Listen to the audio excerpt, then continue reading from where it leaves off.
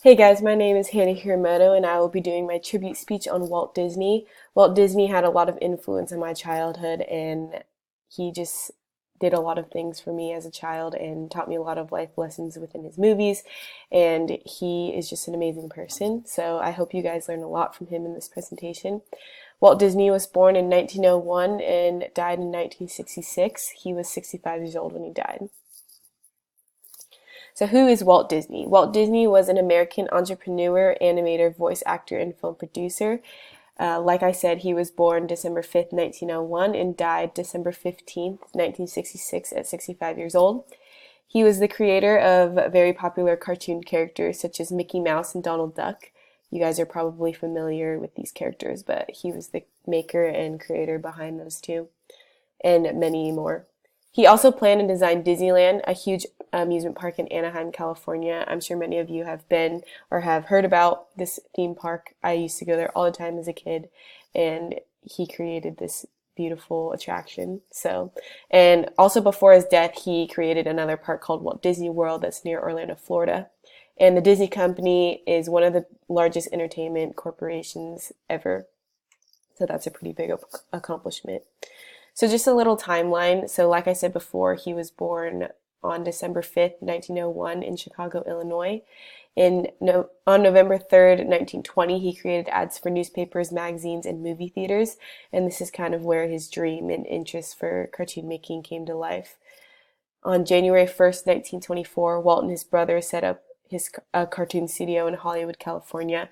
And this is kind of where his dream and interest became a reality, was 4 years after he created ads for newspapers. So he took a big step in his career.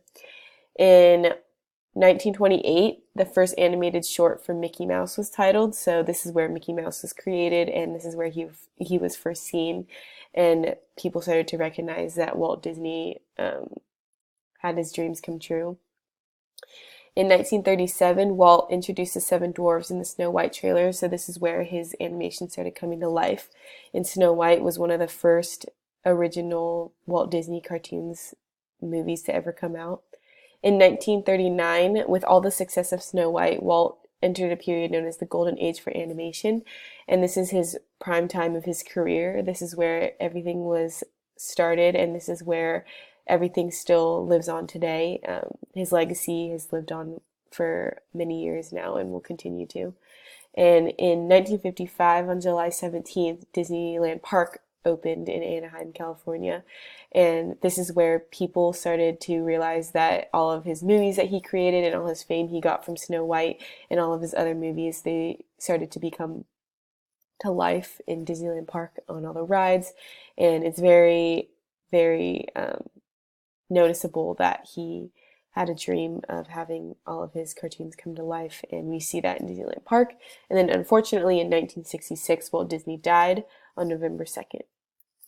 So some of his honors, he received 59 Academy Awards nominations, as well as 22, he won 22 of those, and both of these being records, so no one has received more than 59 Academy Award nominations and 22 Academy Awards. He received 2 Special Achievement Awards for Bambi and the Living Desert, which are 2 films that he created in his lifetime.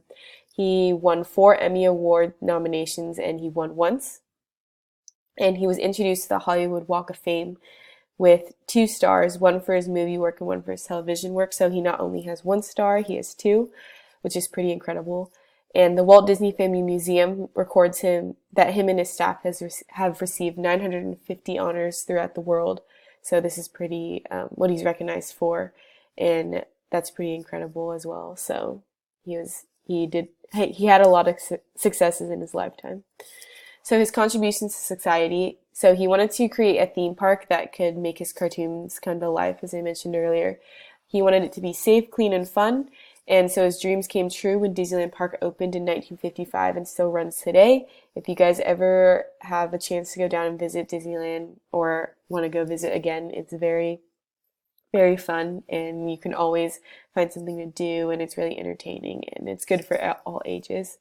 So Walt Disney shaped the way a lot of us think today. So you may not realize it, but in the cartoons, movies, and TV shows that we watched as a kid, there was a lot of like hidden messages that were shown through the shows and movies, and commercials and everything. And a lot of the themes that were shown um, were life lessons that could be used throughout your entire lifetime. And so some of the themes that I put in this PowerPoint are love, good, and evil in different social classes. Obviously, there's a lot more, but these are just the few that I picked out. And a lot of the cartoons have these top three morals. So, for example, in Snow White, it shows the seven dwarves, which are like all different and all have different personalities. And that's kind of how society is. Like, we're all super different in our own way. And so, definitely Snow White does a good representation of showing how society is different. So how Walt Disney affected my life. So I grew up a lot watching Disney, and a lot of the movies and shows that I watched, I was shown as a kid, and I still remember them to this day. I remember my favorite movie of all time is The Lion King. And growing up, that movie like changed my life because first of all, the characters are cute, and that's just a plus. But there are a lot of life lessons in The Lion King that I learned. And so, to just name a few, the circle of life was definitely one of the top morals that I learned as a kid, of like having the difference between being alive and then everyone eventually dies. And then it's just like the circle of life, how animals consume other animals, and that's just the way it goes. And you just learn that that's just part of life and that's just the way it goes. Hakuna Matata, you guys have probably heard the song or heard the saying, but it means no worries. And definitely the song helped me learn that, life has no worries and it just rolls on. And you just got to go with the flow. And it just means like to keep your head up whenever things don't go your way. And also, you must forgive yourself is a good life lesson in The Lion King, because in the movie, Simba doesn't forgive himself for having his father killed. And he just believes that it's all his fault. And so he never really forgives himself for that. And so forgiving yourself is very important, because otherwise it just catches up to you. And you just have to know that you make mistakes all the time, and you just have to forgive yourself for making those mistakes. So my experiences with Disney is I've been to Disney theme parks, and I've seen movies and shows, and I was a Disneyland pass holder for about 4 years. Um, my family and I have gotten passes when I was a kid, and like recently, I think I had a Disneyland pass a couple years ago, and then my family and I recently just went to Disneyland over the summer, and it was me. I'm 18, my brother's 16, and we still have a great time at Disneyland, just as much fun as when we were little.